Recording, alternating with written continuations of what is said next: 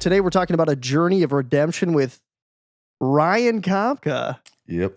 Yeah. Get deep. Yeah, we're about Deep to and get real personal. deep.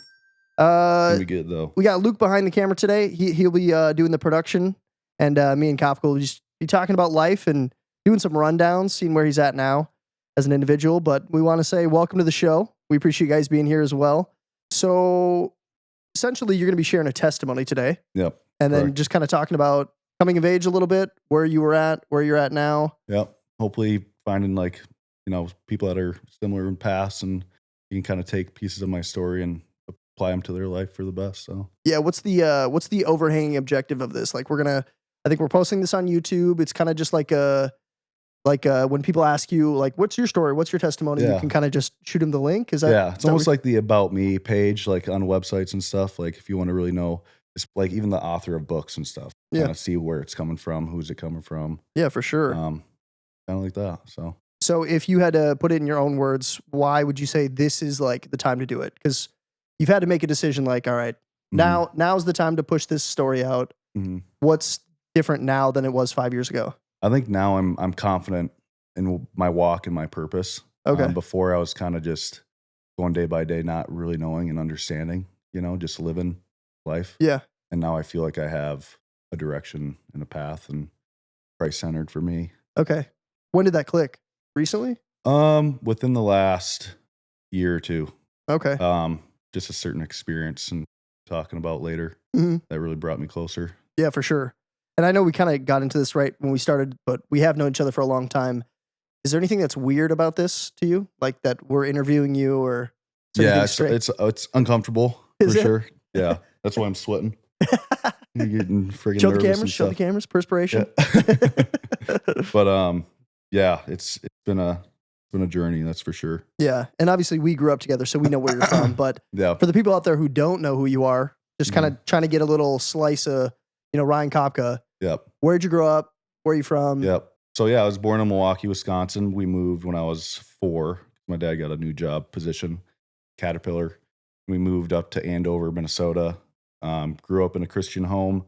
Awesome parents. They parented me, looking back, like the best way I can imagine. Not much better they could get.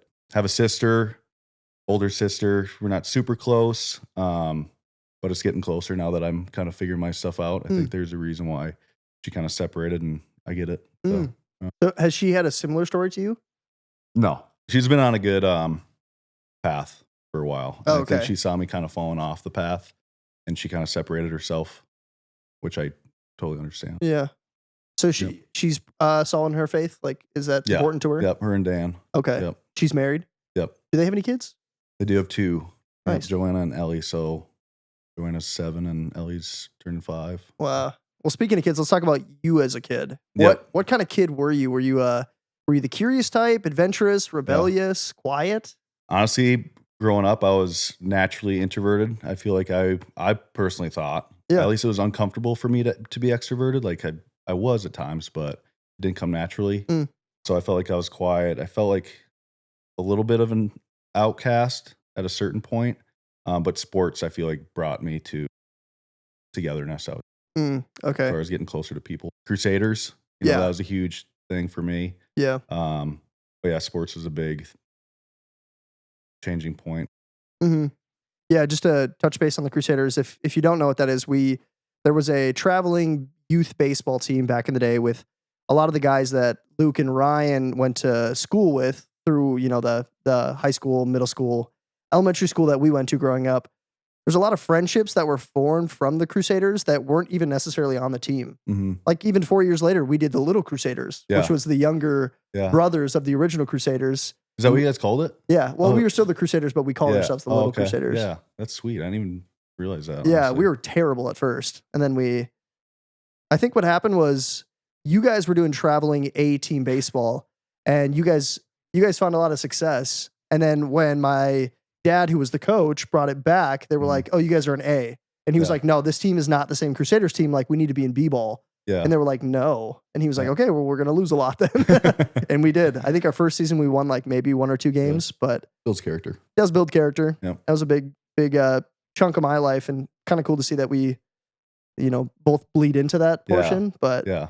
so talking a little bit about hobbies and sports and stuff. So you were into baseball. Were there other hobbies, that you Yeah. were kind of into as a, let's say, middle schooler? Yeah. No, growing up, it was just all sports, honestly. I didn't really have any other hobbies outside of sports. Even like going home, even if I didn't have, because I kind of lived pretty far away from everyone else. Mhm. So I didn't have a lot of friends over until I met Josh DeHaven. Oh. He was out there. Yeah. So we were hanging out a lot. But honestly, I'd be in my backyard, throwing the ball up against the house. I didn't have, too many people to hang out with at that time. Yeah. But I was just playing sports with myself that day. Would you say that's what brought you the most happiness at that time in your life? You Yeah, just, because I was successful at it. Oh, yeah. I wasn't school-wise. I mean, I was fine, a lot better then than in college, 100%. Yeah. We'll get into that later. But as far as my hobbies, yeah, just sports. I mean, we had a horse lease or boarding right behind our house, so we had kind of like a farm as well. So we'd go over there all the time and play with the little kittens, and oh yeah. that was cool. Yeah. But yeah, So sports dominated, I would say. Well, I mean, sports carried you through college because you ended up playing football at Bethel, but we can talk about that later too. Let's just get into high school. Yep. You were kind of like a relationship guy in high school a bit. yeah. When did that transition happen where you're like, okay, like sports is kind of everything, and then you're like, oh, girls are pretty dope too? Yeah. Yeah. I feel like when I was in a relationship, I had like a very close relationship that I didn't really have, I guess. And I think I kind of thrived on the closeness of it. Okay. With my parents, I mean, they were as close as possible with me, but I almost felt like when I was emotional, I almost felt like uncomfortable with my parents, if that makes Yeah. because my dad is not an emotional person. No.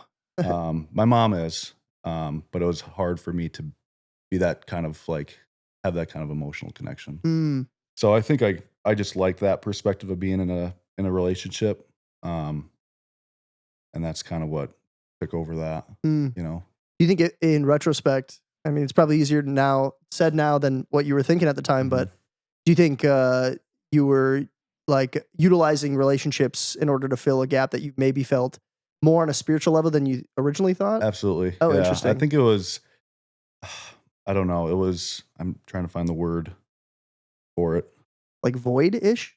Yeah, but I didn't realize it at the time. Right, of course. Yeah, looking back at it, I can see why I was kind of like honing in on it. Yeah. But I wish I would have avoided some things. Right. But Yeah. it's all right. Hindsight's 20/20 always though, right? Yeah. Yeah. Yeah. I know Yeah.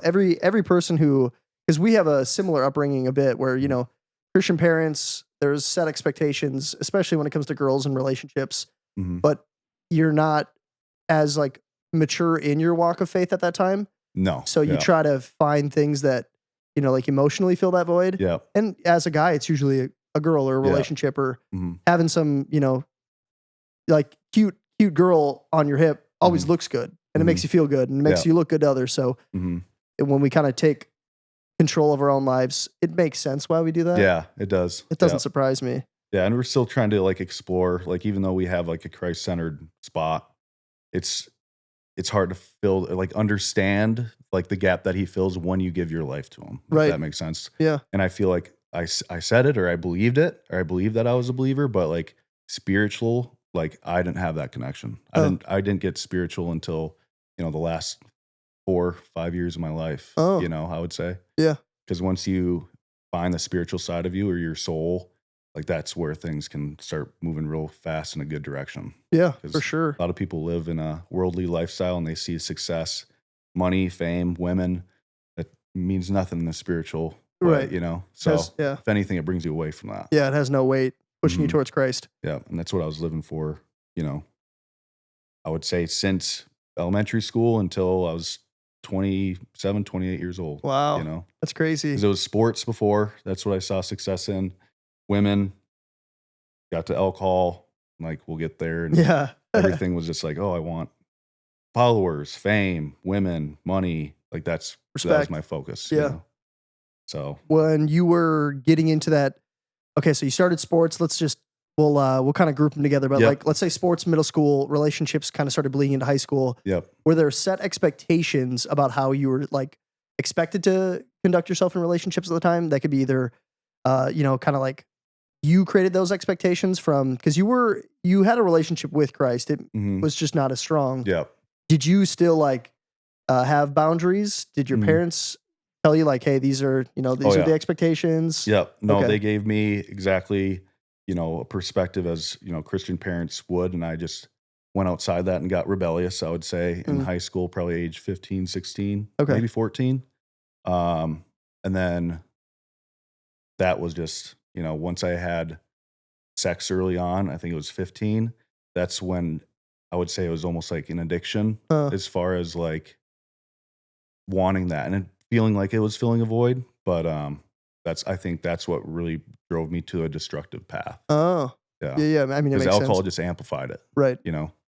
So, yeah. Yeah. And at the time too, did you think that you were doing anything wrong? Or like was it more of like a justifying your actions, or was it more like I don't feel like I'm doing anything bad?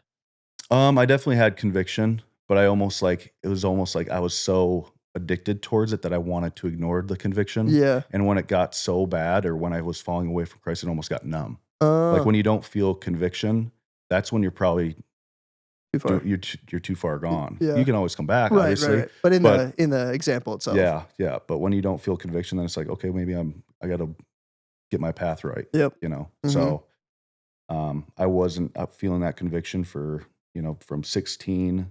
Early on when I first started, I did feel conviction, but it continued and I lost that conviction from, 15 to Yeah. 28. And I think that's relatable to anybody who has grown up in the faith. I think Mhm. most people go through a season where you kind of want to do what you want to do. Mhm. You have this mindset that like, well, maybe he doesn't have my best interest in mind. Like, this Mhm. is what makes sense to me right now. I'm going to try my own thing.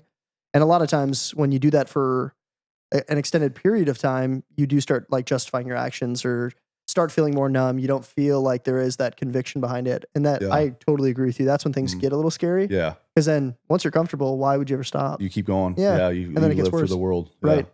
Right. Yep. So, yeah, I guess a grasp of high school, like going back to it, it's like I felt successful when I was doing good in sports. Yeah. And then I felt almost like expected to do good all the time, and I put a lot of pressure on myself all the Mhm. time. Even, like, going into games, like, I would get weirdly nervous, Mm. like, when I would not do well, Uh, like, I'd beat myself up for it for, like, a week. oh, really? Oh, yeah. It was tough, So but do you think it had any ties to like relation or reputation wise? Like, do you think it was so tough because people expected you to be such a good athlete? I think it was more so for myself. I expected way too much for myself. Oh, okay. I just had very high expectations for myself, and I also got, like when I did very well, I got, like, highs from it, and Right. then I would continue to search for those highs. And then after sports, it was hard to find those highs, Right. Yeah. but those highs that I kinda got came from alcohol, women, going out, Right. but it was a different kinda high, but it felt similar, if Uh, that makes so it sense. was enough to feel like you were getting your fix almost. Mhm. Okay. Yep. But it's never going to reach.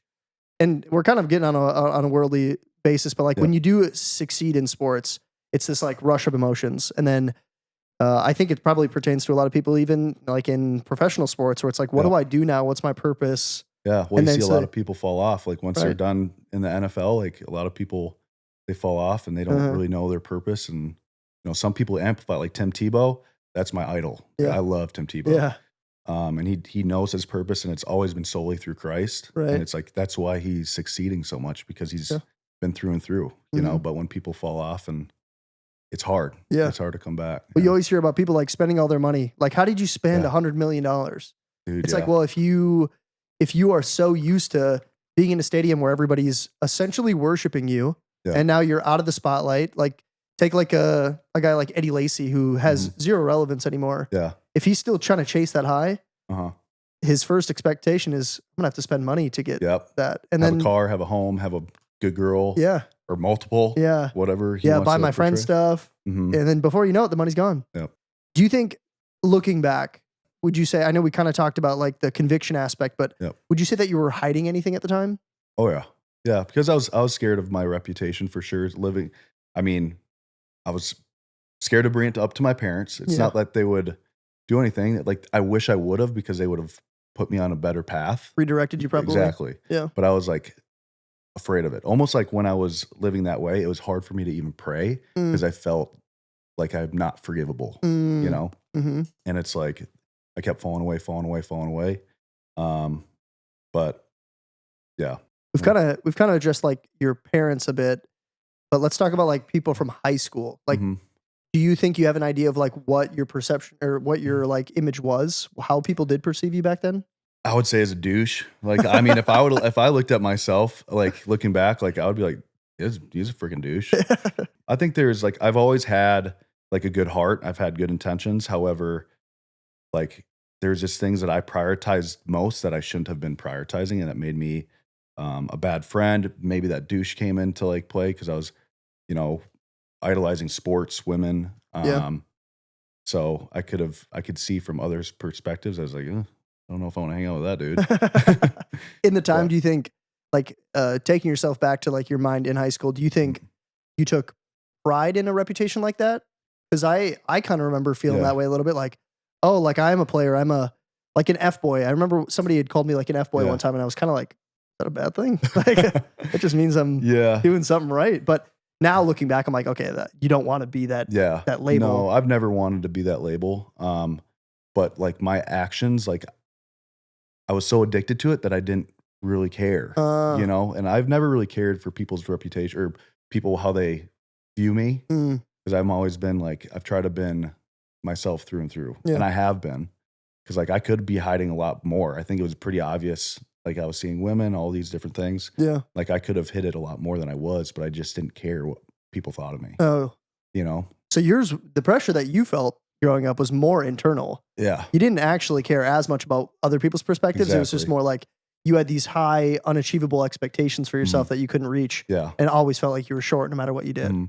It's always good to like have good reputation or like, you Yeah. know, what people think good of you. And I think sports obviously like kind of came with that. However, it's like I had very like deep pressure, almost like they think I'm someone like I might not be or something. I don't know. Mm. They might, I don't know. Mm. It's hard No, to I know what you kinda mean. grasp. Yeah, yeah, So I did reach out to some people this morning. yeah.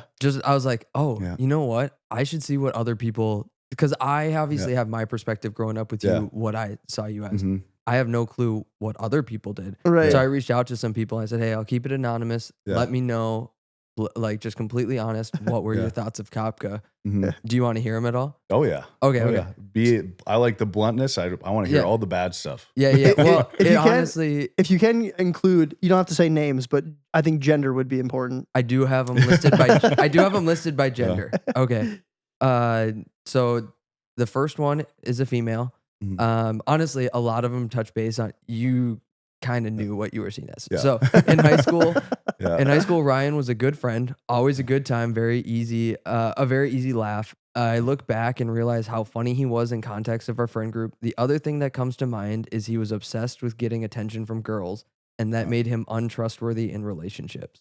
Mm. The next three, they were gathered by somebody else, so I don't know the gender. Credibility? These are all Oh. no, I just don't know the gender. Yeah, or the credibility. There's just one person making up, and this is another thing that somebody else said, and this is another thing. It's a But- fake account. Yeah. So person one, kind of cocky and a little douchey, but overall a nice guy. Yeah. Next person, ungendered, stereotypical cool kid. Next person, kind of a player, but everyone thought he was a nice guy. Two more males say very, very similar things. Good friend, popular, but selfish, looking out for himself, spoiled, a douche sometimes, a ladies' man, Yeah. hypocritical Christian, like not, Yep. but a good at being a hypocrite. Yeah. Really, really good at it. And great athlete. Other male said, saw Ryan as a player, super good athlete, but never took himself too seriously. He used girls, was selfish, immature, funny, enjoyable to be around. This last one is, okay, final female, very in-depth, actually. This was Okay, good. So my perception of Ryan changed throughout middle school and into high school. In middle school and early years of high school, I thought he was the cute jock and it was nice to be noticed by him. There was also a time where a group of us were good friends, so we would hang out with Ryan a lot in the summer and after school before football games. He was fun to have around and kind of a naive, dumb boy. That's true. Don't know how you feel about that one. Oh, I like it all. There's more to it. He was cute and funny, but also a bit mischievous. Going to a Christian school, it wasn't hard to be considered worldly or secular, and Ryan seemed to be going in that direction at the time. sleeping with girls and having that one girlfriend. I just thought he was being naughty, LOL. Mhm. And then when he started college and had that baby, I thought, well, the world got him. That's too bad. So that's Yeah. all the responses I got from random people I sent that Yeah. message out to. Let's take a quick break and then get your reaction to what they said. Perfect. All right. So before the break, we were talking about kind of people's perspectives of you in high school. Yep. Now we'll give you a chance to kind of respond to that. Yeah. So, I mean, everything that was said was accurate, I believe. It was very accurate. So, like, if I were to put myself in someone else's shoes and see me in high school, like I said, that's probably someone I wouldn't be really necessarily hanging around with, but also, I don't know. Yeah. I don't know. I get it. So we were kind of talking about like, were you hiding anything at the time? Do you feel like people thought you were hiding anything? And then now you get this is a response from, a decade later, but Yeah. still should give you a little bit of a perspective. Do you feel like in the moment, that's how people are perceived you? Like, oh, it might be a little bit of a player, but still a good guy overall, still a good friend to have around, maybe a little douchey. Yeah. I would say it's pretty accurate what I thought. Yeah. I think some things are a little over exaggerated, and like behind the scenes, I think a lot of people think that there is more to it. Probably. But I can see why. Yeah. 100%. Because you get you get a corner of the painting and you're trying to figure out what the rest of Yeah. the painting looks like Yep. without all the context. Mm-hmm. You're going to create your own image. Yep. It's just kind of how it goes. Yep.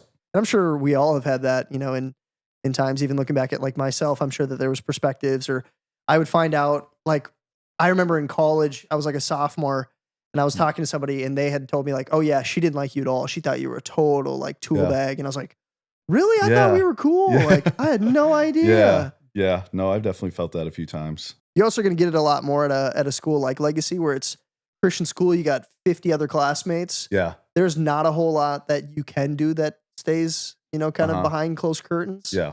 I remember that feeling where it's like, man, I can't do anything here. Like Yeah. I can't wait to get to college so I can actually do what I want to do. Yeah. But Yeah. You felt like brothers and sisters at a point. for you sure. know? And the Legacy bubble or the Meadow Creek bubble that people talk about, definitely a real thing. Oh, yeah. Like there is a bubble, Yep. but it's built that way. It's supposed to be that way. It's supposed to protect you from, the idea behind Legacy, I think, is, or at least from my parents' perspectives, is like we're keeping them out of a public schooling system that Mhm. could warp the way that they look at life, Yeah. especially on early stages where you're still Yeah. developing. Yep. So we're all defiant and like, get me out of this bubble. Yeah. But now looking back, I'm like, dang, I would love to go back to Legacy Yeah. and be in a tight knit community of Mhm. other guys who are hooping with me or golfing with me and also like chasing after Christ. Yeah. It'd be so awesome to have that Absolutely. now. Absolutely. Yeah. I see that. Yeah. And I've been back and forth about it now that I have my own kids. Yeah. That's like, oh, I want to bring them, through Legacy probably until like 8th grade, like give them a good foundation. Right. And then also kind of transfer them into the world a little bit. Yeah. But I'm back and forth with it just because from going to even, Legacy, then Bethel, 2 private schools, going to Bethel and falling into the world, was a hardcore hit. Yeah. And, I just wish it was like a more fluid transfer. Yeah. If that makes sense. I think that's what some people who don't go to private university, like college, don't realize Yeah. is that like just because it's a private school, just because it's a Christian school, just because it's well known as like a feeder from like Mhm. Legacy's a feeder to Bethel and Northwestern. Yep. Everybody's like, oh, you're just going to Legacy grade 13. Yeah. Not the case. No. You can no. absolutely, you get that extra oomph of independence and freedom. You can Mhm. live your life however you want to live your life Yeah. at Bethel. Oh yeah, because you have them right next door. Yeah. Those parties, Yep. brats everywhere. I mean, yeah, downtown Yeah. clubs, 18 plus. Kind of a natural transition to college lifestyle. And Mhm. what was your original degree? Like, what did you go to college for, and Mhm. why did you land on that? Yeah. So originally I went for nursing. Oh, Yeah. I thought you were sports medicine. That's what I got into. Oh, so I went gotcha. for nursing because my sister went to Bethel. Awesome nursing program at Bethel. Yeah. Got a job at the Mayo. I'm like, oh, that'd be sweet. Yeah. Like, I'll just do it. And then it transferred when I got into the gym and started working out. I gained 50 pounds my freshman year. Mostly good weight, but that's what really got me interested. Because I would find myself like YouTubing like different, lifting styles, like nutrition, all that stuff. And I got super invested in it. So then I changed my sophomore year from my bachelor's degree from nursing to biokinetics. Oh, okay. And what Yeah. got you into the gym? Was that football? Football. Okay. Yeah, because the people that were playing my position were like 205, 210. Yeah. and they were both like, one was all American, all conference. I'm like, oh, I have no chance You were unless I like get bigger. a buck 70 at the time or what? I was 165. Oh, Yeah, I think I yeah. labeled myself as 177 or something, It's but I like was not. the basketball equivalent. Like Yeah, guys in the NBA will add, or guys in high school basketball will add inches. yeah, Guys in football will add pounds. and inches. I was like, oh, I'm 6'4" in cleats. That's funny. So you would say football was the attributing factor to getting into the gym. Yes. Okay. Yep. So I actually quit my freshman year to Football. yes, because even in practice I was getting thrown around. I was like, it doesn't matter how athletic you are.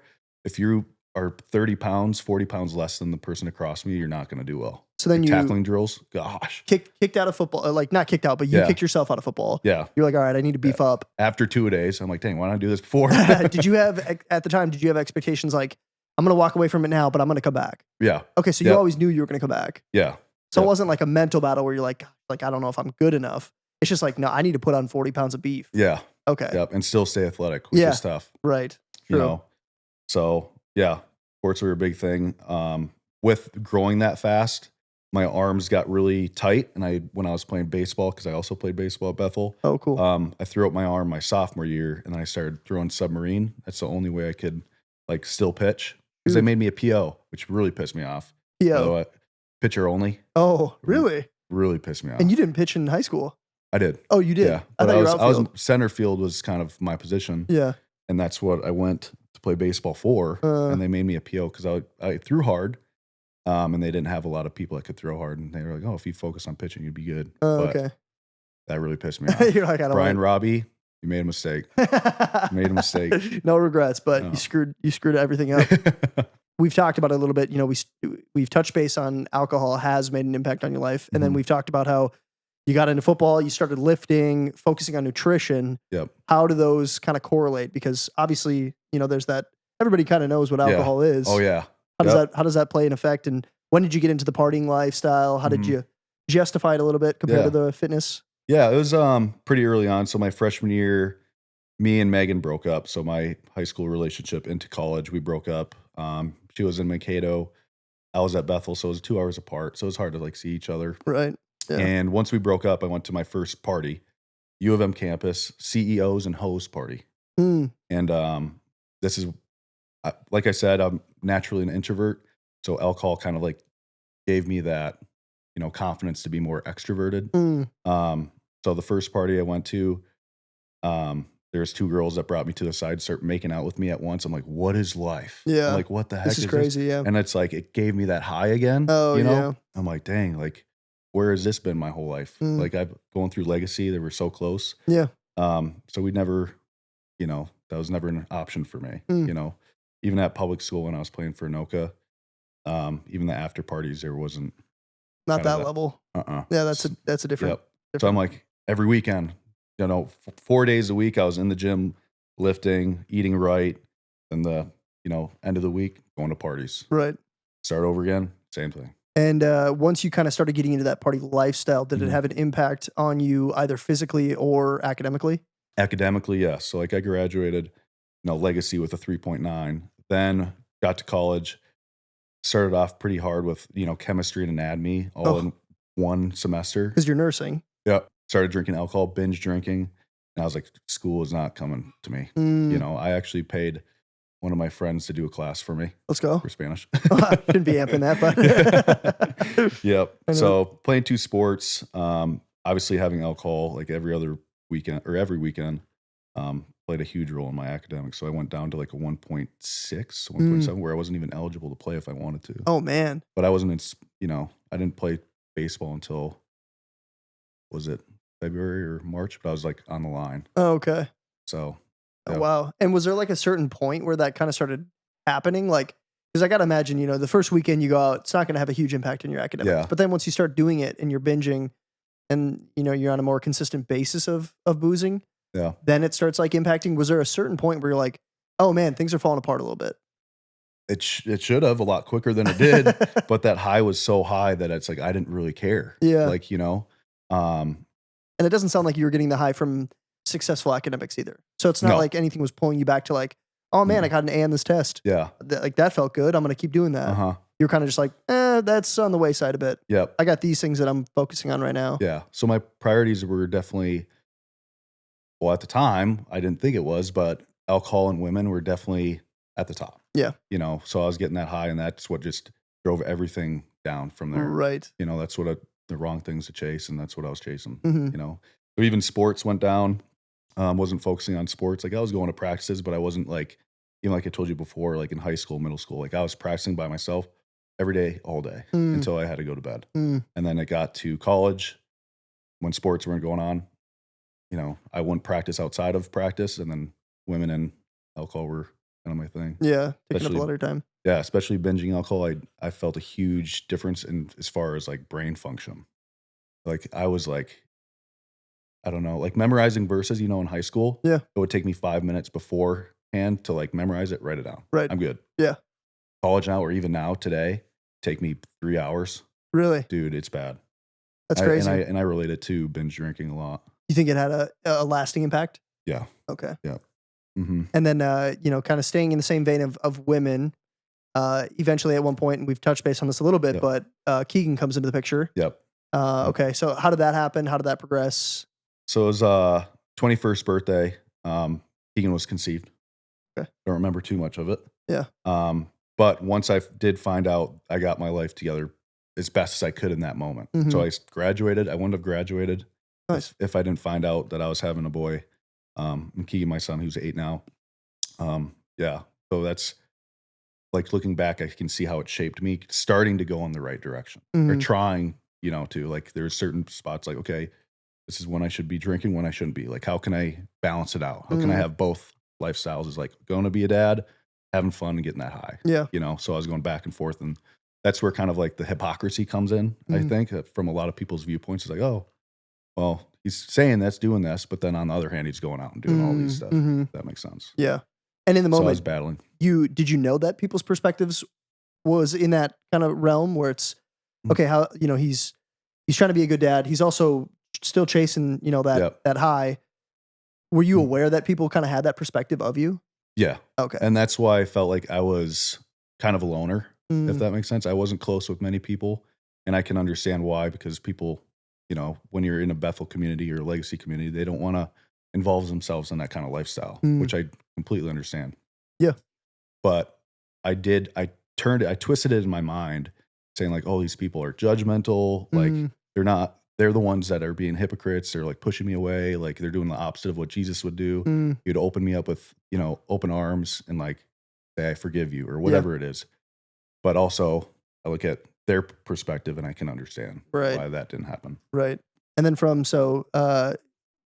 Keegan was born, end of your college career. Mhm. Now where you're at, you know, what is that, 9 years later? Yep. Do you think you know, having your son was the start of like, okay, I got to change something, and then that could be attributed to where you're at right now is like the kind of the first building blocks of, Yeah. okay, we got to figure something else out. Yes. 100%. Maybe still chasing after like, but I'm still gonna, you know, satisfy Ryan's needs for a bit, because it sounds Yeah. like the transition to where you're at now mentally probably has happened in the last about 4 years. Mhm.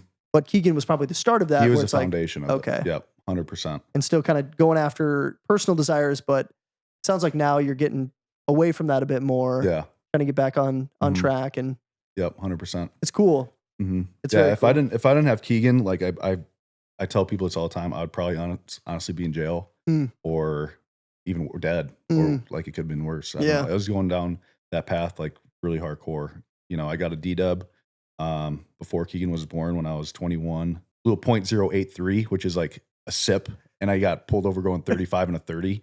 And like people see D-dub and they're like, oh, but like Yeah. everyone probably could blow a .083 at one point. Yeah. Like Oh yeah, for sure. I had like 3 beers or 4 beers or something. Right. And I was going like 2 blocks away. I remember when this happened. To be fair, 3 or 4 beers would put me at like a 0.2. Yeah. It's like you can drive after having a sip. Yeah. Yeah. That's Yeah. incredible. I gotta Yeah. leave. No, regardless, like alcohol was an issue. Like I'm not trying to downplay D-dub. Like D-dubs you should never be driving when you're drinking at all. No, yeah. And now I'm just Ubering everywhere. It's like pays a big like financial roll on me, but it's worth every penny. Yeah, it's But, safe. yeah. Yeah, it totally makes sense. I remember when it had happened too. I even remember my perspective. It was like, dang, Ryan got a D-dub. He must have been like destroyed. And then Oh no. I remember you talking to me like, I blew a .083. Yeah. And I was like, Okay, well, that kind of sucks. Like, not that Yeah. it's not, in the realm of legality. Like, if you still break it down, yeah, you're over 0.08, which is the requirement. But Yeah. in those scenarios, you hope that the cops like, Yeah. just get home, Yeah. But And they did the best. Like, I got off like the best case scenario. Mm. Having a DW, I didn't have to do any classes. Mm. I got a super minimum fee. I think I paid like $300-400 for the whole thing. wow, It was wild 'Cause when because you- I was like very like I was like cracking jokes with them. And Yeah. like I was, So did they arrest you then? Yeah. I didn't know you got. So you had to go. Did you have to spend the night, or did Yeah. you get? Yep. I got arrested and then I got put in a cell, my own cell. And they just hooked me up, honestly. They gave me 2 lunch bags of food. I'm like, heck yeah. I was like, you can get out of here as soon as you blow zeros. And typically when you're in on a weekend or like, let's say, I think it was Friday, they'll you're hold you till supposed to Monday. be there the whole weekend. Yep. But they let me go as soon as I blew zeros, Oh, which was like 11 the next morning because I think I got pulled over at like 2 or 3. okay. So slept, woke up, blew zeros, left. Oh, that's So I got crazy. the best scenario. Were you freaking out at all, or not really? No, which is weird looking back Yeah, at you it. didn't have any fear of like the consequences that could come from it or anything. No, but now I can see, everything that comes with it. So, Yeah. um, Has it made a lasting impact on your life to this day? yeah, Oh, does yep, it? Yep, it does. And I can see, like back then why it happens. Like everything happens for a reason. I truly believe. Yeah. So like looking back at it, and we'll get into details later on, but I'm kind of glad it happened. Yeah. To be honest. Fair. Yep. So then, D-Dub, Keegan, now you're out of college. Yep. This is where we'll get back into COVID conversation. Yep. How did it affect your life? Did it have an effect on your life? Did it feel like anything was weird? COVID. Yeah. Oh yeah. So this is when I was living with Cora's mom. So kind of going backtracking. I have Keegan with Megan. Yep. Keegan's 8 now, and I have Cora who's 4, almost 4 with Hannah. So we started our relationship tail end of college career, and then we moved in around COVID or right before COVID. Mm-hmm. And then when COVID hit, that's where our relationship was a little unstable. I was drinking more, probably like 3 to 4 times a week. Mm. And I had I built like a man cave upstairs in the attic. So Mm. I'd go up there, play video games, drink, and play with Logan because he was in California. Then we'd just stream and whatever. Yeah. But it became enough to I didn't think it was an issue because I was drinking not that much, But just but consistently. for the wrong reasons. Oh, yeah. Because when I was streaming, I'm like, oh, I'm a little bit more comfortable in front of a camera when I'm drinking. Justifying the you know. behavior kind of thing. Yep. Like Yeah. going back to like college, I drank because I was, a little bit more extroverted, maybe more fun to be around, and didn't really see the lasting impact it would have, moving forward.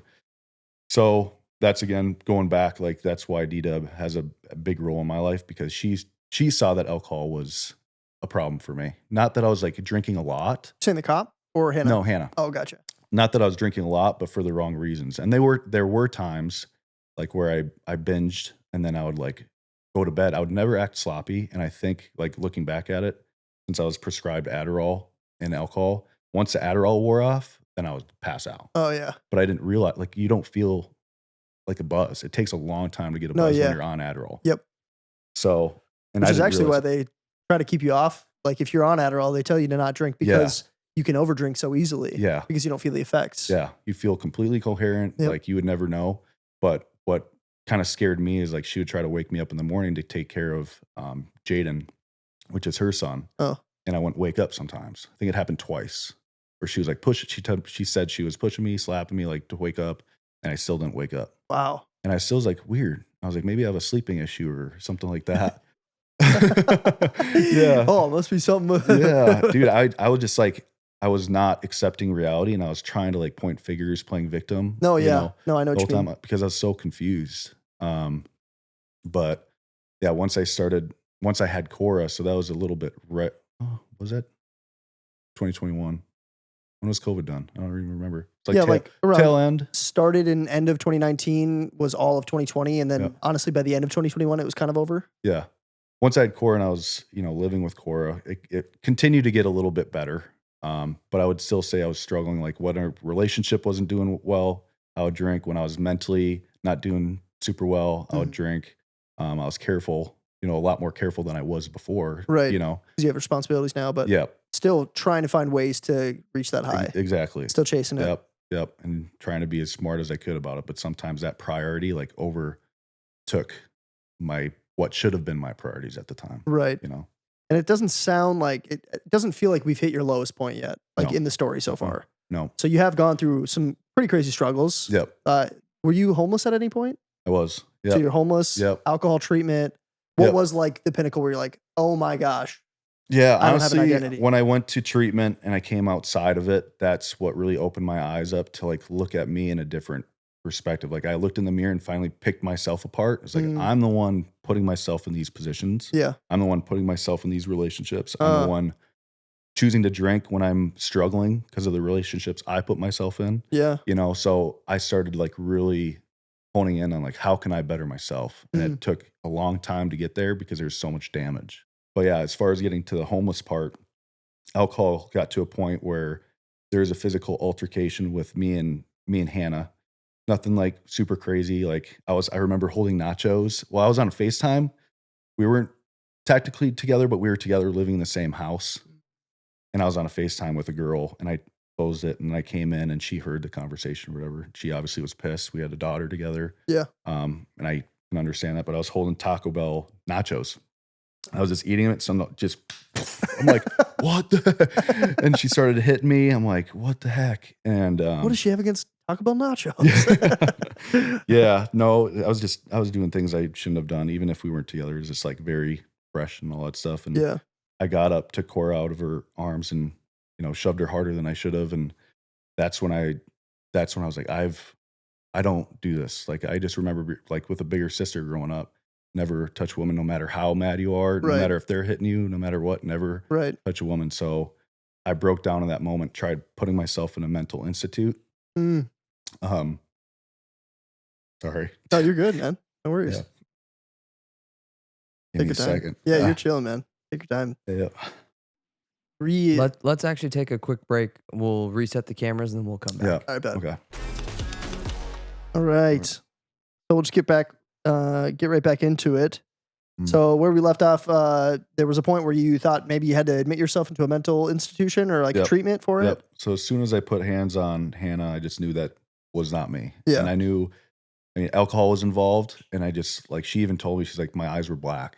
I'm like, that wasn't even me. Like, it was just a scary realization that, like, drinking and then doing that. I'm like, that's not even me. It didn't make any sense. Yeah. I'm like, what's wrong with me? Like, there's something up. So I tried admitting myself into a mental hospital. And since I wasn't suicidal, they didn't accept me because I tried to do it. I don't know if it was that night or the prior morning.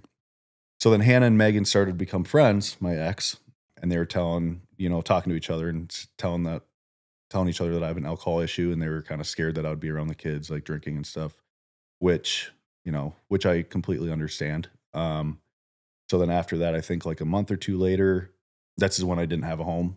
So it was like 2-3 months that I was living out of my car, trying to, find places to stay. I'd hit up buddies or hit up different women off like dating sites or like say, oh, you want to go on a date and just like almost think like, oh, I'll probably stay at their house or Yeah. whatever. Yeah. It's really, really bad. Right. And then I was like, I have an issue. I have a problem. So that's when I went to treatment and Megan and Hannah were saying, oh, well, you need to go to treatment in order to see your kids. I'm like, well, I'm not going to see my kids. So I Right. went to treatment.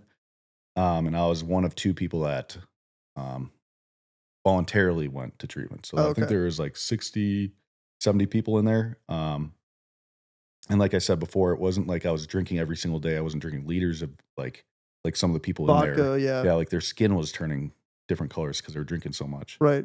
But I do know that I was drinking for the wrong reasons, Mhm. So after treatment, I did a whole bunch of different stuff on like internal issues that I have. I had to do like a paper on feeling guilty, and guilt and shame was a huge thing that I felt because it's like I couldn't forgive myself for all the things that I've done in the past. And I continued to live a life because I thought that was me at that point because I did it so often. And I'm like, oh, God won't forgive me. Like I'm lost cause at this point. And when I was able to be self-aware and stop pointing the finger at everyone and playing victim, that's when my life started to change slowly. But it's getting, even today, like I'm just trying to be the best version of myself. Yeah. But now it's when I made that realization that it's all coming from me and I'm in control of this. Well, God is number one in control, but I can control my actions. And that's when things started moving in the right direction. Interesting. So during the time where you're, trying to admit yourself to this, to like a to treatment or whatever, and Yep. you're not getting accepted, and you're like, well, I still need to change. Yeah. At that point, this is prior to you kind of coming around to like the faith aspect of how Mhm. you get change done from a Yep. Christian aspect. Yep. Did you just think like, well, okay, I need to change myself and I need to do it myself because I'm not redeemable. So Mhm. faith is out of the picture, but I need to do this because I still need to see my kids. Yes. So 100%. chasing after this, like be a better person, but almost still from a worldly perspective. Yes. Okay. Yeah, precisely. Because even like when I went into treatment, I was super resentful towards Megan and Hannah. Oh, I'm yeah. like, I can't believe they have the power to yeah, do yeah, this. 'cause I was- Take this away from me. yeah, it's like a bougie jail, pretty much. You don't Yeah, have your right. phone. You can't do really anything. You go to class from, I think it was like 7 or 8 a.m. to about 4 p.m., just like a normal school day. Yeah. And then me and a buddy named Mike, he's my like best friend now. Here we go again. You're all right, dude. It's fine. But yeah, we'd play basketball or like work out or whatever. That's, the sole entertainment that was in that place. Okay. But Yeah. Anyway, that self work and all that stuff, that's where it stemmed from was treatment. And I just remember like going into treatment, just like resentful as crap. I'm like, it's still pointing the fingers until I got out of that. Then I'm like, this is all coming from me. Like, yeah, maybe not have the issue that a lot of the people in here have, but I can also understand like alcohol played a huge role in my actions that weren't me, Mm, weren't spiritually, right. coming from me. It felt So like. the treatment facility itself was not like a Christian facility. Okay. No. So you had all walks of life, Yep. and it doesn't sound like anybody in there is saying like, okay, these are the problems that you're dealing with. This is how to fix them. And then also here's that third piece of like, how does Christ play a role? Yep. So you didn't get that aspect. No. Do you think No. that was missing at the time? Yeah, it was still missing. And I think until, I don't know, probably a year after treatment, that's when things changed as far as my walk with Christ. Right. Things were continually getting better. It was still starting from like the ground up, it felt like. Yeah. Like as soon as I could see myself in a mirror and like try to get better each and every day, there were certain factors that were getting better, but there's also a lot of factors that were not there to like my standard or where I wanted them to be. Right. Because I was still falling into worldly things. Like even to this day, I still do, but I'm becoming the better version of myself with that outlook. Mhm. If that makes sense. So then So treatment, I want to get into TikTok a little bit because you did have some success on different social platforms. How long after treatment was TikTok, or had you already started? about a year after treatment, Okay. I would say I started doing TikTok, and I was doing really good, like not drinking as much and all that stuff. And obviously there were certain aspects where I can't be like drinking around the kids, and I'm blowing in a thing. Like anytime I see Keegan now, which I completely understand and I'm fine with, but before I'm like, what the heck? Yeah. Like even though, like my parents, like they're like, you don't have an alcohol issue, but like in the back of my mind, I do, but for the wrong, I know what you mean. like you're not an alcoholic, but kind Yeah. of like if You're not going to kill a Kirkland vodka before you go see your Yeah, kids, yeah. but if you have a beer, Yeah. it's kind of like, why am I so limited? I get Yeah, it. I yeah. totally get the. Because I mean, even with your friends, like everyone's going out having drinks. Like Yeah. I've seen people at Waste Management, even yesterday, people had their kids or having People a drink beer there? and stuff.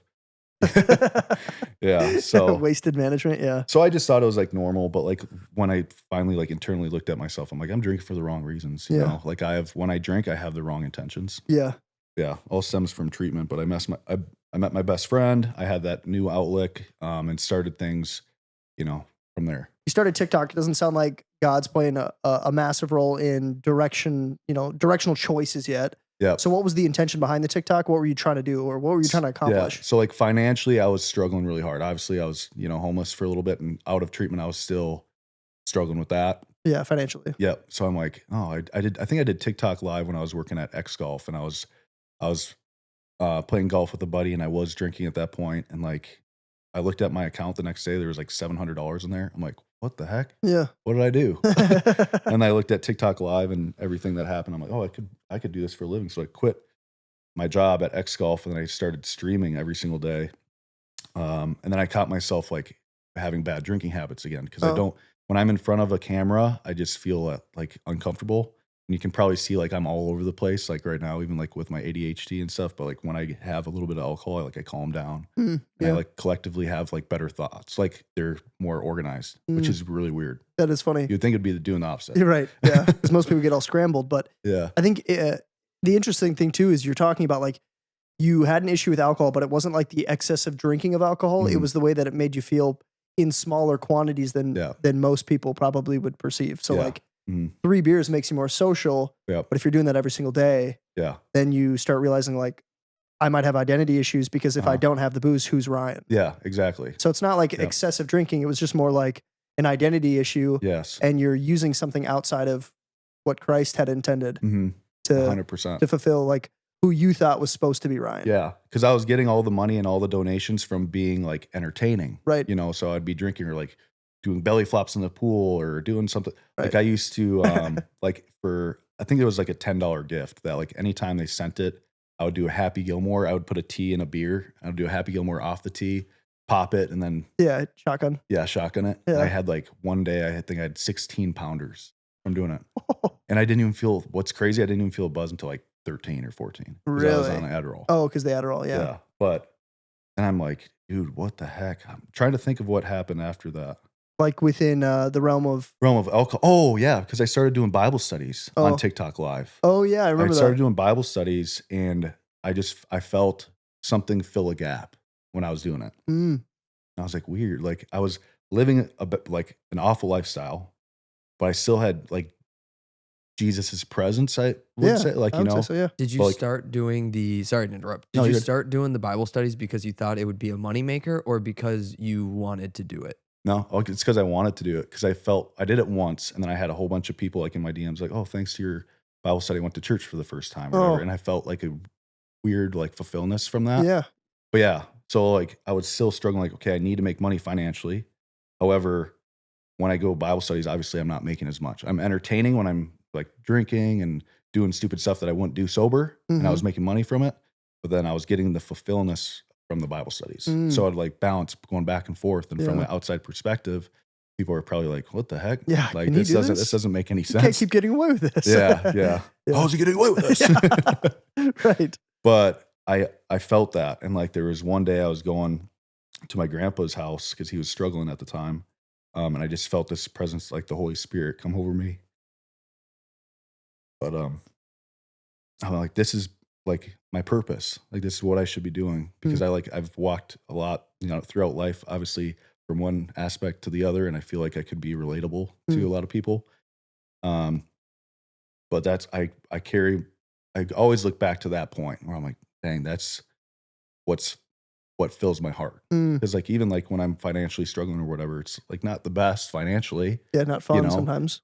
So I've been struggling like going back and forth, even though I felt that fulfillment in that moment. I felt the Holy Spirit. That I kind of went back on the path of destruction again. But having that feeling, it just sat with me. And then I started feeling conviction. Then I started looking at myself in the mirror every single day, trying to better. And it's been a process. But, Right. like journaling, reading the Bible, worshiping, all that different stuff. Like I can see my growth from treatment to now is like a lifetime, Yeah. which is crazy. And you referenced you had a conversation with your grandpa. Is that what you said? Or your No, I was on my way to my grandpa's place when that Holy Spirit came over me, and I Oh. felt fulfillment from because it was right after a Bible study I did on live. Yeah. I'm like, dang, this is what I should be doing. But I almost didn't want to admit that to myself because I knew financially it would be hard, Yeah. Right. you know? Yeah. So- That always boils back down to like it gets brought up a lot in Christian conversations is like what's you know we have our vision for our own lives, and it's you're looking at it as okay, well, but nobody else is paying my rent, nobody else is paying my mortgage. I Mhm. have to make money, and these are the things that I have to do to be comfortable in this life. Yeah. And then on the on the spiritual aspect of it, God's like, don't you see that I'm giving you fulfillment in these Yeah. areas, and like this is what I want you to do, and the money will come, and Yeah. like I'll provide for you, like I'm providing for the birds in the air. Like, Uh-huh. don't you think I care more about you than them? Mhm. But in our minds, we're like, okay, yeah, but still, I need to make money. Yeah. So Yeah. you're having this internal battle of going back and forth. Drinking and being entertaining is what's paying the bills. Yeah. This is what Yeah. I feel like God wants me to Yeah. do. Trying to find a happy medium is not going to work. Yep. So then you're fighting this constant, Yeah. like giving up control pretty much. Yep. And a lot of the times, I think even from the conversations that we've had, I think you like to have control in situations. When you don't, it's uncomfortable. Yeah. Absolutely. Same thing with the cameras. The cameras are on you. You can't Uh-huh. change how you look, Yeah. but like you're kind of just here and fighting with yourself a little bit. Yeah. So then at that point, Yeah. you had the moment in the car. Mhm. From then on, was that kind of the starting point? That was the starting point because I look back, it's like God's always showed up like at my lowest. Like he's always been there. So Mhm. I still like struggled back and forth like financially, like, okay, do I do TikToks? Do I do this? And then I'm trying to like organize, Well, because then you gave up on social media for a little bit. give up on social media. So a big part of that was I started dating someone, big influence in my life. She just like kind of, here you go again. But she directed my life in the right way. Yeah. And she's like, look, this is what you're doing. This is what's causing like all these issues that come with it. So yeah. You'd kind of referenced her before we'd even started the podcast. You'd kind of referenced her as like a twin flame a little bit, and how Mhm. you guys have a lot of similarities. Obviously, the connection Mhm. had something to do with like the attraction, and then obviously you saw each other as being kind of counterparts. Yeah. So obviously she saw something in you that was like, I've been here before. Mhm. I'm going to be brutally honest with you, tell Yeah. you what's going on. Yeah. And then because I could have used this, or I needed this Mhm. at some point, Yeah. this will be helpful for you. Yeah. That's So then- exactly how it felt. Yeah. Okay. So you never, anything that she ever said, it never felt like you got defensive, or did you get defensive at first? If I didn't go to treatment, I would have probably been really defensive. But since I was like trying to intake like all the things that I can get better of, I take like everyone that can tell me I'm doing something wrong or whatever. Now I have a completely different perspective. Like I want all of it. All my good friends will point out like the bad, Yeah. you know? So do you feel like you've become more coachable? Oh yeah. Yeah. 100%. Cause I was just so like hard in my ways and I wanted to almost like still live a worldly life. Yeah. And then point the fingers to make myself feel better internally. Right. Even though like if I were to sit down and now like and think about it, I didn't want to think about it. It's, I think a lot of the times when we do that, it's like a justification measure Yeah. where you're like, well, this isn't my fault though, because they did this. And that, Uh-huh. well, and that part of me is not, I mean, it's not like where I want it to be, but it's because of this. And Yeah. like, And it's Const- easy to do. yeah. Yeah. Everybody does it to a certain extent. Mm-hmm. And it's something that I, have struggled with in the past too, especially thinking back on like high school. Yeah. Coaches would, like say something maybe I don't agree with. And like, I always had something ready to go like, Yeah. well, that's why, and Yeah. that's not healthy either, but Yeah. it can have an impact on your relationship with Christ too, because Yeah. you're doing the same thing with him, even though subconsciously God is perfect in every way. Yep. He'll direct us in certain ways, and we'll be like, well, yeah, but that's because of this. Yeah. Like, you don't get that. Uh-huh. You don't understand like what I'm going through. And it's like, he's looking at you like, Yeah. I know way more about you than you know about I know. yourself. Yeah. It's wild. Just like that whole, because that's when I feel like I got spiritual, is when that first time I felt the Holy Spirit. Because then it kept happening. Because I had like 3 different experiences, and one of the biggest ones, this might have been before the one that took me over in the car, but I was sitting in the Lifetime. Parking lot. No, it's not the sauna, it's steam room. Oh, gotcha. And I was sitting, nobody was there. I'm like, the first time I ever just like cleared my mind and like opened my hands up for Christ. I'm like, you have something to say, like say it now. Mm. It took like 10 minutes, but like, I forgive you was like as audible as it possibly could without it being audible. I Right. can't really explain it. You feel it? I just felt it. And like, once he forgave me, I could finally forgive myself, Oh, It was cool. like- That's awesome. So that was like the staple where I always look back on. I was like, there's no time I'm too far gone, because like I struggled a lot. Like in God's eyes, like you knew where I was the whole time. You never, saw me reach out. Mm. So that was crazy. But like just all going back to like the spiritual self instead of the worldly self. Now looking at it as spiritual format, I guess, it's like that's what matters. The worldly and all that stuff, like instant gratification, all that stuff, those aren't highs. Look what it's bringing you in like Yeah. a spiritual way too. Yeah. Now, like you'll see that your life falls apart, Mhm. but spiritually you're falling away from Christ, and he doesn't show up the Right. way he does anymore, because he gave you a book to be like, okay, this is how I can get close to you, is if you follow these words. Mm. But if you're not doing that, like Where's I'm our gonna connection? I'm gonna love you from afar type thing, Mhm. He's like, I'm always gonna be here, but you need to want to be here. Mhm. It's like any friendship. Like if you have a friend that tells you all the boundaries and stuff that they expect, follow those boundaries, you're gonna get really close. You're gonna be tight, best friends. Right. Same thing with Christ, So yeah, that all transpired, and then it's just getting better and better each and every day since I've finally taken the non-victim route and like just really wanted to like hone in on myself. Like, what legacy do I want to have? Mm-hmm. So And you've kind of highlighted a little bit too, where it's like, it's taken you a long time, maybe even longer than what your original expectation was. Like Uh-huh. you get that moment with the Holy Spirit, but then it feels like maybe it's taken a bit. You've referenced Mhm. that. If you could go back in time though, to like, let's say at the lowest point, Mhm. you're homeless, thinking about, treatment, stuff like that. If you could Yep. tell that Ryan something, Yep. what would it be? I'd be like, go through this because you're going to grow so much from it. You know, it's like you can point the fingers and do all the certain things and it might make you feel better. What you think would feel better to like keep pointing the fingers and say it's not your fault. At least in the moment, yeah. But yeah, just everything happens for a reason. And I truly believe that because every single bad thing that's happened to me has brought me closer to Christ and like with myself. And again, it's just like, you know, I have 2 kids that are looking up to me and I just want to be the best that I can be. Yeah. You know, if not for me, for them. Yeah. You know, I think you have a good perspective now. I think yeah. your mental state has, because we shot, I don't know if anybody else knows this, we shot a podcast not that long ago. Yeah. Like maybe within the last 2 years or so. Yeah. And I could tell like there was a longing for it. You wanted it. There was something in you that knew you were supposed to be doing something differently. But there was still kind of this like internal fighting. You know, we were still joking around about stuff and whatever. But I can tell like internally you have changed a lot. Yeah. So that's Appreciate awesome. that, Yeah, of course.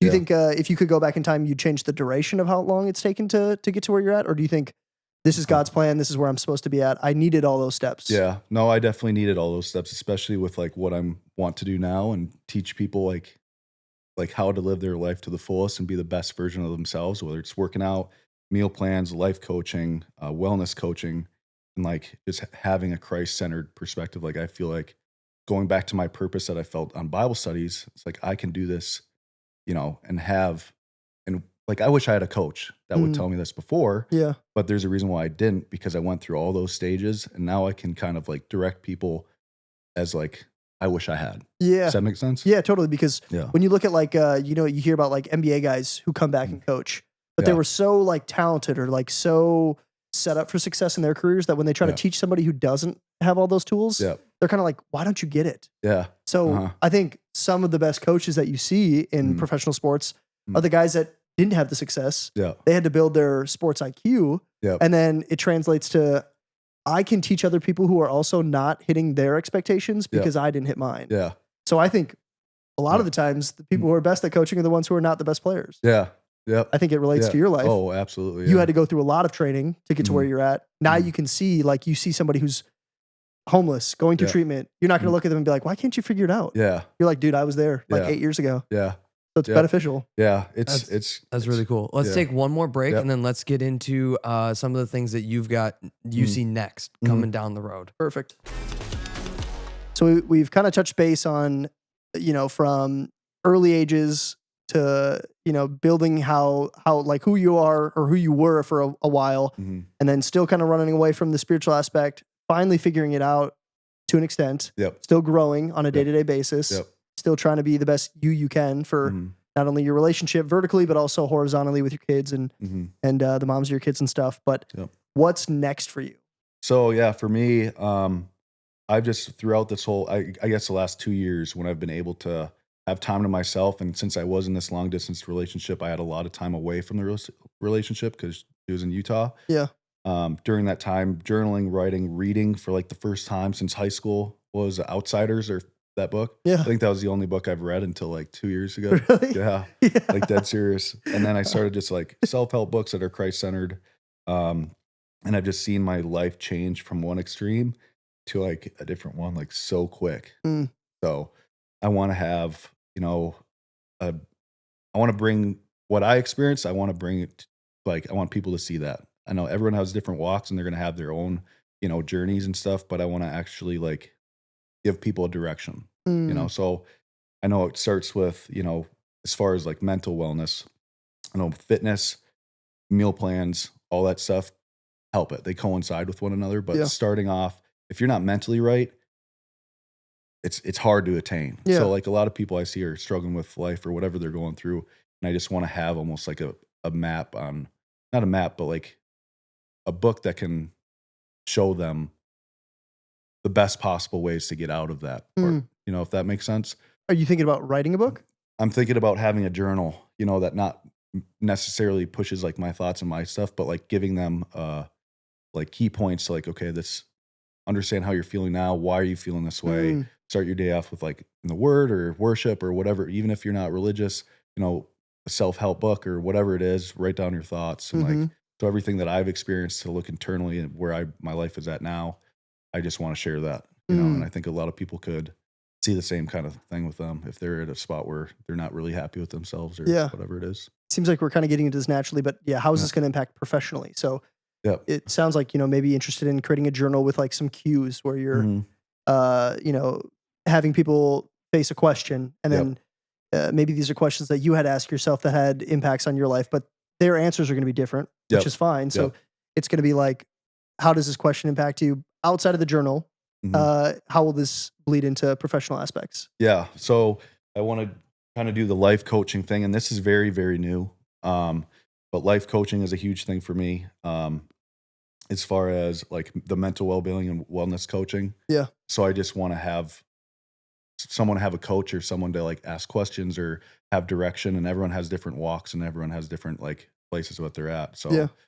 I just want to be as like one-on-one as I possibly can be with these people that just want to better themselves for the best. Yeah, the right best reasons. version Why for not? themselves. Yeah. Wherever they're at in their lives. Yeah, that makes sense. Yeah. And then kind of a plug moment. Where can people find you? How can people track your journey? How can they get associated with kind of like it sounds like you're trying to build a family a bit. Yeah. How can they 100% the follow you or how can community. they be a part of that? Yeah. So, I mean, on TikTok is probably my biggest platform right now, as far as reaching out, doing Bible studies online, and kind of sharing where I'm at. And I answer all the questions and stuff. So that's just now all my social media is just my name, Ryan Kopka. So TikTok, Instagram. And that's kind of where I've talked about my ideas on TikTok. They're like, why don't you start doing this? Cause like I get a lot of DMs after each, live that I do. They're just asking me for some guidance, and I just want to be that coach for people as much as I possibly can be, That's so cool. So So you're trying to create somebody who you would have appreciated yeah, during your journey. yeah, yeah, That's awesome, dude. yeah. That's so So- cool. Cause yeah, I mean, I know your dad was actually a big influence on me. But yeah, I just want to have that person. Absolutely. I think that's super cool. And I think God is probably looking at the situation like, oh, let's go. Like I've wanted you to do this Yeah. for so long. Mhm. It's finally clicking. It's in the time frame that it sounds like it probably needed. You needed that time to grow. You needed that time to kind of iron out some of the kinks that you might have been running Yeah. into. 100%. But I just got to think he's so excited now. Like, Yeah. dude, finally. Like if you Yeah. could have just figured this out like 5 years I ago, we know. could have, how many lives can we impact? But Yeah. now we have this journey in front of us. How many lives can we impact from here on out? Yeah. Like, so cool. Because yeah, now I can relate to a lot more people than just a specific group. Now I feel like I can relate on like a mental level, spiritual level. Because before I couldn't. Yeah. Because I wasn't willing to look at myself that way. Right. So Starting with the man in the mirror. yeah. So I got to think, even from this episode, there's going to be people out there who are watching this going like, I need that. This sounds perfect for me. I've been looking for a mentor. Mhm. I need somebody in my life who can make that impact. So to the people that are watching right now Yep. and the people that it pertains to or not pertains to yet, but it might, Mhm. what would you say to them? What would be your like last remarks on the episode? Yeah, I would just say right now I'm building a website actually with Natalie Johnson. Cool. But right now we have a landing page that just fill out your name, email, phone number, and then what you're interested in. Once I have all that, it's just kind of like a wait list. And then once my website's built, it's going to be, everything's going to kind of flow into there. Whatever you're looking for, it'll guide you on my website. So, Cool. So yeah. nutrition, spiritual walk if you're looking for it, mhm. guidance in life decisions. Yep. Bible studies, community. Like I want to have a Discord. There you go. Men's group is huge for me that I really want. And then, yeah, toplivewell.com as of 2 days ago. Go check it out. Yeah. Well, right now it's just a landing page, but yeah, that's where people are going to come, and if they need that guidance, they'll have that option to have that. There you go. Yep. That's awesome, dude. Yeah. Producer man, any closing remarks? Oh man, I don't think so. This has been great. Do you have Mm. anything else you wanna talk about, Kopka? Did we not ask any questions today that you're like, oh, I'm glad they didn't ask that question? Yeah. Probably. I don't know. I would have to look back at it, but yeah, there's definitely a lot that's hasn't been talked about, but like, I could talk for like 5 hours on it. Yeah. So, a lot of people are going to see other stories and stuff like in my TikTok lives, or whether we're doing like one-on-one coaching, or they'll hear about it.